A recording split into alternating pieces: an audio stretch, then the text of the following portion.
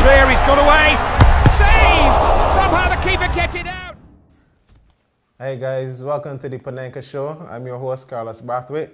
And tonight's guest, we have, well, you're on a guest no regular Dominic Downs. It's true. It's true. Good night, man. I'm doing fine. Okay. I know we got a real guest now, Mr. Morio Vanterpoole. How you doing, Poole? Good night. I'm doing quite fine. Can't complain. Gotta give applause for being on your show today. Another applause. It's great to be here, man. Okay. All right. We'll be previewing the matches of today, Group C and Group D. And I'm going to start with the stalemate. Japan-Greece 0-0. I mean, wasn't much to watch, wasn't it? Well, we always expected this from Greece. They play a pragmatic approach, to defend deep, and it's really hard to break them down. Japan, I think it was really strange by the coach by dropping Shinji Kagawa. I mean, he's a very influential player for the Japanese, and his midfield, he just dominates that, and I thought it was a strange decision by him. Okay, that's your guy from Man Kagawa. Well, yeah, you know, he hasn't had the best season club level, but he's one of those guys that when he puts on the national team jersey, he shows up, he gives 100%, he works well. It was very surprising to see him drop today, seeing that in the first game, even though they lost, he and Honda worked very well, caused a lot of problems for the Ivory Coast defense. So that was a bit surprising. Greece, we know what I expect from Greece. They've been doing it since the Euros in 2004. That's a fact. Yeah. They play a very pragmatic style of football. That obviously ain't working in Brazil. Goalkeeper, 2 banks of 4, and they pin one guy up on the last man to hold that alone. Who finds him? If that guy is Gekas at his age, I think 34, 35, he isn't going to be running through many channels, running down any through ball. So you put that one guy against 2 center backs, it's going to be easy work for the entire game. Yeah. And if you were saying everything on the shoulders of Georgia Samaras, I mean, you'll be left disappointed. definitely. Very much so. But still, with 10 men, the Japanese still cannot break down this Greece defense. So it really shows, as to take your words, the pragmatic approach brought about by the Greece. As Vanterpoole stated earlier, this has been something that Greece has played through centuries now. They play very deep and they defend very well. Japanese just couldn't break them down on this day. Yeah. Not for trying though, because Honda worked his socks off today, put in a really good shift, but football's a team sport. One man can't do it on his own. So true. Tough luck to the Japanese. And for the future, I hope Greece will really change their approach to football. Okay. But mathematically, these sides could still go through, because Japan have the Colombia's next. Well, they already progressed, and Greece have Ivory Coast next. So you could see an upset there with Greece. I see no upsets. I can't see the Japanese defeating the Colombians in South America. The Colombians have looked really well. The attack is superb. You have Cuadrado, you have Teofilo Gutierrez, you have Victor Barbo. Those guys playing at their peaks right now, and I just don't expect a loss from the group stage for the Colombians. Oh, okay. Yeah, that's true. I forgot to mention as well, they have Rodriguez, who's looking to take up the mantle now that Falcao is out. And I think the injury to Falcao may have been a blessing in disguise, because it's pulled the team together. Yeah. They're playing for one another. It's not just give it to our star guy. It's more of a like, our back is against the wall. The world doesn't think we can do it without him. So let's go out there and prove the world wrong. And I don't see them losing a group game, like Dominic said. And I don't see Greece getting another point this week. Very sorry. I believe with the fact that the Ivory Coast have a fighting chance, they're going to go out there. I wouldn't be surprised to see Drogba start against the Greeks, because with their style of football and you need that hold-up play, he can link it well. You know, he has Gervinho and the other guys to link it with. I won't be surprised if I see Drogba start in the Greece game. And we all know Yaya Toure from midfield, bulldozing midfielder, one of the best midfielders in the world in my opinion, and the opinion of others. So it's true. I can honestly see at least like a 2-0 victory for Ivory Coast and probably progression. My man predicting these matches early. Special note to Gervinho though, he scored 2 in 2 and he's had a great season at Roma. Wonderful goal today. Yes. Wonderful solo goal. And that was a great segue into the next game, Colombia. Even though Gervinho had a great solo goal, Colombia still overpowered the Ivorians. I mean, it was a great game, and the aforementioned Rodriguez, powerful header today. Really coming to the fore. A lot of people are gonna start to watch this guy from next season after having been watching him. Yes, Monaco. It's true. He plays with a lot of flair. He plays with a lot of self-belief. He doesn't seem to be a player that worries about who he's going up against. And like I said, the Colombians play the football very well. Nice, fast, sharp passes. They don't seem to take too much time on the ball. They're not, you know, they get it and they go. They just go. They play at 100, which may, in the long run, come back to hurt them because they play very, very, very quick. Yeah. They don't leave back anything at all. But wonderful result for the Colombians, and it's glad to see the Colombians back on the world stage and doing well again. Yeah, since that golden generation with the Valderrama. Yes. Yes. I think this could be their year. Oh, really? Bold prediction by me, but I think this could be their year. So, when you said this is their year, you talking semis, or are you talking quarters? I could see them getting to the final. Bold statement. Yes, I could see them going to the final. Okay, that was a very bold statement. No, They have depth. They have depth. You have Jackson Martinez coming off your bench. You have Freddie Guarin. The youngster Juan Quintero today scored a nice goal. Yeah. And they have quality even on the bench. So I think this team, as he said, they're rallying together with the miss of Falco. This team can go far. There's no doubt about The it. one soft spot with the team though would have to be their centre backs because The aging Yepes, the the fountain of that experience at the end of the day, and he's playing with Zapata, who people think is injury prone, but he's proven that he can be just there. Okay. All right, we talk about the Colombians' progression. What y'all think of the Ivory Coast progression? How far do you think they could go? Because this is the first time they would ever progress. Well, you see, the thing about that is, if they do, sorry. if Italy does go through to the next round, that is who Ivory Coast will face, and I don't see them going past the Italians. As I'm an Italian, I have to, you know. I know. Yeah. What do you think Well, about that? as long as an African team can make it out of the group, I'm happy. I don't see the Africans going past the round of 16, but it would do wonders for African football again. You know, It's to have true. an African team go deep into the tournament. Ivory Coast has the quality to go out of the group stages, but we just have to see if they're going Like Ghana did in 2010. If they're going to come up and play the football and not just wear the names on the back of the jerseys. Yeah, true. That was a very excellent point. We'll be back with more of the Panenka Show, and we'll review the game of the day, Uruguay versus England. Stay tuned.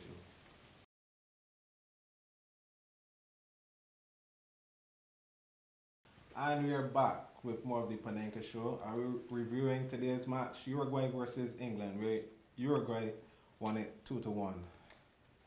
This could be... No, sorry. 2 defeats for England. I mean, is this the end of the road for them? This is Definitely. It. This is it. Again today, England, they started the same lineup after losing to the Italians. The lineup that gave nothing in the midfield, no purchase, came today against a midfield that does not have Pirlo or De Rossi. A youngster, well, I shouldn't say a youngster, he's rather smaller, rather diminutive player. And Alvaro, probably about 5'6", had a wonderful game in the midfield. Yeah. Controlled the ball, passed it around, distribution was excellent. Also made himself, you know what I mean, a thorn when the English were trying to get their passing game up and running. He was there to intercept passes and stuff. But this is what we've been accustomed seeing from England for quite some while now. They tend to have the basics, control and pass. Yeah. There's nothing special from the young crop that they have been trying to rave about. From defenders up, I'm not seeing anything special. Cahill, he was at fault today for the second goal. Sleeping, I mean, the ball skims off of Gerard Hay. Again, another wonderful assist to the opposing team from Steven Gerrard. How many are those now? Too many to count. Too many to count. And I mean, you're marking one. There are two defenders to one man, but this one man is Luis Suarez, coming off the season of his life. Man up, mark him, press him, because one can press, one can shadow. If one presses and then he pulls him down for the foul, it's only a yellow, it's not a red card, because one is pressing, one is shadowing. He stays back, he's lackadaisical. Suarez, who was not sprinting for the entire game till that one ball, because remember, he's still nursing the injury. Only a month after surgery. He was brilliant when the ball was played into him, but Suarez didn't usually run into any channels. Today, sprint down this ball, and you know Suarez can finish it, but he didn't even look at the goal. Head down, put through the ball, ended the game. I think what happened is that the English was encouraged about their performance against the Italians, how they were able to dissect the wing backs, and I think that's why they came with the same approach today. Looking at the midfield, Gerrard and Henderson, I think they thought that they could have been dominant today against the Uruguayans, after the Uruguayans were so soft in the middle. Against Costa Rica. So I think my problem with the lineup, I would have probably not started Welbeck, as he wasn't good against the Italians. Didn't merit a start. I would have gone probably with Sturridge up front, with the pace to beat. Sturridge was up front, but you mean... well, as a centre forward. Oh, as a centre forward. I think his pace would have been used adequately against the Uruguayans. He would have got in between the defenders. But clearly, Roy Hodgson had other ideas, and you can't fault him for that. I would have gone probably with, I mean, England usually play, a lot of people say it's out of football. I would have gone with a stagnant 4-4-2 today and play both Rooney and Sturridge up top. I mean, Rooney's been picking up a lot of slack from the English media. He had a shank of a corner in the first game. He decided to put in extra training sessions, and they said that he was forced to train with the reserves. I just think he's a guy that they're finding to use as a scapegoat for the nation, because remember at the point in time, Beckham was a scapegoat for everything that went wrong with England. That's a fact. So they just find a player to pin all the blame on. I mean, it's unfortunate. So because you think that the blame placed on Rooney is just too much? It is. I think he's under severe pressure. Blame needs to be placed on all 11 players that play for England, because you can't just... When Rooney, the goals don't lie for his nation. The goal today, he scored past Michael Owen. So it's not like he doesn't produce. He has not produced in the World Cup. You know what I mean? I'm glad he has that monkey off his shoulder. But for qualifiers, when England needed a goal, who was there? Me and Rooney. When England are up against it, who performs? Me and Rooney. So I just think the English media are looking for someone to point blame at. And it is unfair to point all the blame at Wayne Rooney. I think from grassroots level up, the English footballing mentality needs to change. You can't just teach kids the basics, control and pass, and think that that's going to win football games at the highest level. Skill, inject pace, running, movement, off the ball vision, those sort of things make football what it is today. But you could argue that they tried it with the Sterling, the Sturridge. Younger players now are less of a rigid formation, and they usually play with. True, but then they still have some of those guys that are cut from the old rearguard cloth. You know what I mean? The Jordan Hendersons. He doesn't bring anything different to the table. Plays the same as the same like as for Gerrard. like as Steven Gerrard. Correct. I'm very impressed with the youngster from Everton, Ross Barkley. He injects pace into the game. He does. He likes to move with the ball, as I could also say for Wiltshire. He likes to move with the ball as well. I think that he deserves to start the other game along with Barkley. See how those two work in a midfield pivot, and then England would know how they need to. What I would add to what he said for Russia, because there's nothing for them left in this World Cup. Mathematically, there's a very slim chance for them to progress. It's never done. It's not going to happen. But what I would add to what he said, I think Roy Hodgson has been tactically inept. He could have played 4-4-2, as he said. And where is Ricky Lambert? He deserves some minutes. Very much This, so. this guy knows secure the move to Liverpool. I I mean, I would have given him a lot more minutes, and he play a 4-4-2. That English natural way of playing. Correct. What has happened? I think Roy Hodgson takes the blame here. Yeah. Okay. All right. So we talk about England's chances, very slim, but Uruguay. Slim to none. Uruguay. Italy next. I don't see this is going on a limb. I don't see the Uruguayans getting anything from this game. We just saw the Italians pass to death the English. Uruguay, to their credit, in this game, they show that they can play with midfielders that can pass. But they're playing against England. Let's be real. Jordan Henderson is not Daniele De Rossi. Yeah. He is not Claudio Marchisio. He's not Andrea Pirlo. Yeah. These guys demand and they control the game. Italy plays the football at the pace they want it to be played at. Yeah. And they have the midfield to do it. So I can't see the Uruguayans controlling the midfield. They're very weak at the back. And we know that Mario Balotelli is prone to moments of madness along with moments of sheer brilliance. Yeah. So I can easily see the Italians running out with this game 3-1. Oh, okay. All right, very excellent point. We'll be back to talk about Dom's team and the preview Italy versus Costa Rica in Group D. Stay tuned to the Panenka Show.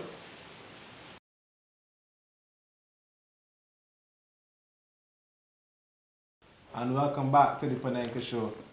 We're going to preview the second fixture in Group D. This is Italy versus Costa Rica.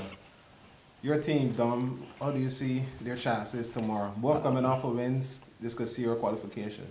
Well, I expect the Italians to come out this game victorious, as the Costa Ricans will probably attack the same flanks as the English. And we are going to dominate the game. Pirlo is going to dictate the passing. We will sit with a lot of DMs, a lot of defensive midfielders, and we can dominate this game. Balotelli to score a brace. Fool, you see the Costa Ricans providing another upset here, or? No, I don't see them providing another upset, but I will say this, I don't see them laying down either. It's true. Because they know within themselves they stand a very good chance of qualification, because let's say they lose tomorrow by a very slim margin, their goal difference is still healthy. Yeah. So I just think they need to go out there tomorrow, do what they did against... Play with no fear. Yes, Yeah. do what they did against Uruguayans.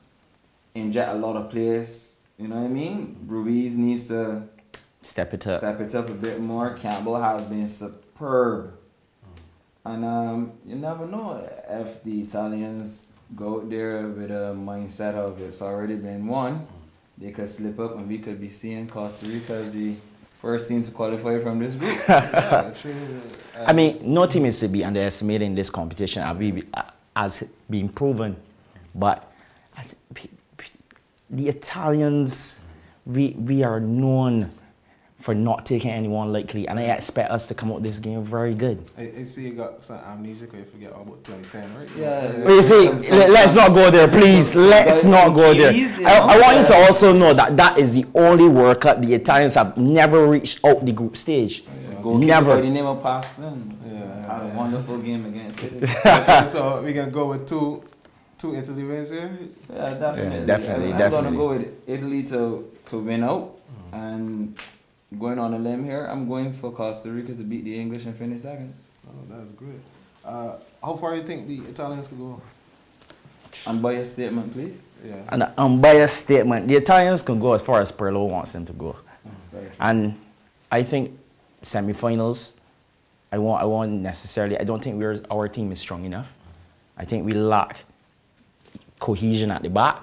I feel that where you have Barzagli and Chiellini, and we are suffering a lot of injuries right now. Chiellini right now suffering a niggling injury. I mean, we have to shape and shift certain defenders, and I don't think that's good enough for the squad coming into the World Cup. I think semi-finals at best. Oh, okay. All right, we can move on to the second match, Group E, where Switzerland takes on France. both also coming off of a win and could capitalize with progression.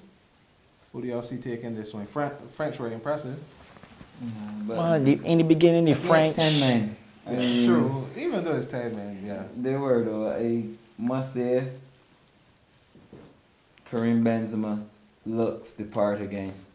He has not had the best career at Real Madrid. He seems to be a bit sulky there, but when he puts on that national team jersey, all of that goes away. He plays the football. But of recent. Yes, of true, recent. because he had the drought before, but of recent. who I'm looking for to really impress me in this game, if you remember the Ecuador game against Switzerland, Matthew Valbuena. the attack, the wing backs, more than likely the French will go that route again, and I can see Griezmann doing some damage down the flank because he's a very pacey player. He looks the part, likes to take on players, seems to have a good shot on him. So I see some nightmares for some of these Swiss defenders. Okay. What I would say on that Griezmann point, I think for me, the most influential player there is Matthew Valbuena. He's proven for France he's the most consistent player. Yes, yeah. And he creates. He's won a lot. He prods. He moves. He probes. He does everything for that France national team. And I think his role tomorrow against Swiss national side will be pivotal to their victory. Okay, so we're not seeing no Switzerland upsets tomorrow then. I'm still looking for Shaqiri on the world stage actually. Is he at the World Cup? I guess not. I haven't seen him. I mean, he's been hyped up. You know, he plays for Bayern Munich, one of the top 5 best clubs in world football. It is a fact. That is a fact. He's been given all this hype. He's said to be the savior of the Swiss football nation. Even Roger Federer, the great Swiss player, says, "In Shaqiri we trust." And those are some strong words to put on the youngsters' shoulders. But only 22. The Swiss have had a good crop of youngsters over the years. Remember, they've done well at the Under-21 Euros. They've done well at Youth World Cups. So I guess if they could bring those groups up together, I could see them doing well in the future. But as for this World Cup, I can't see the Swiss doing much more than around the 16F so much. But for the game tomorrow, I can't see them really damaging the French. If they do, it would be all at the French own expense. It would have to be self-inflicted because I do think that the French are weak in the left back region. I think Patrice Evra is over the top. I mean, plays for my club. I think he's over the top. His name merited him a spot in the team. I didn't think he deserved to be there. And he has a lot of mental lapses. He shot soft quite a lot of times in the game, and if Shaqiri can get at him with his pace, he could be envied. That could also be said of Mamadou Sakho though, but he's proven that he's been good at this level. And I question Yohan Cabaye. He's supposed to dictate the play for the French, and Pogba hasn't been himself of late. So I'm still awaiting those two guys to step up to the stage, and I'm telling you, the French can go very far. They can. They can go very far. And you see that some of the role players have not performed as yet. And you're just waiting. But the problem with the French is their immaturity can turn around and shoot them in the foot. Pogba can be a bit petulant. And there are some other guys that can get him, you know, ever led a whole revolt in the last World Cup. So yes, he has. So but I see the French winning. All right, the last game, Group E. Honduras takes on Ecuador. Both coming off of losses. Where do you see this one going? Stalemate. Very sorry. I'm seeing a draw. I'm seeing a nil. The Ecuadorians lack vision because the best player on the field on paper is supposed to be Antonio Valencia. How much passes did he complete against the Swiss? He was not in the game. He was non-existent. And Valencia, he had a wonderful game. So I don't think he can replicate that performance Caicedo, he doesn't score goals. He's just a battering ram. The Hondurans, overly physical. very much so. We can see some more red cards in this game if we're not careful. But I'm seeing a 0-0 score line. 0-2. I can go. What you can do? I can go with the Ecuadorians. I want love to the Ecuador. Oh, okay. All right. Well, thanks guys for coming through. Hope to see you again, Poole. It was a pleasure. Yeah, stay tuned to the Panenka Show. Don't forget to like, subscribe the video. Follow us on Twitter, Facebook, YouTube, the Panenka Show, thepanenkashow.blogspot.com. And I'm your host, Carlos Brathwaite, and catch us for another World Cup review. Oh, he's had to clear, he's got away. Saved! Somehow the keeper kept it out.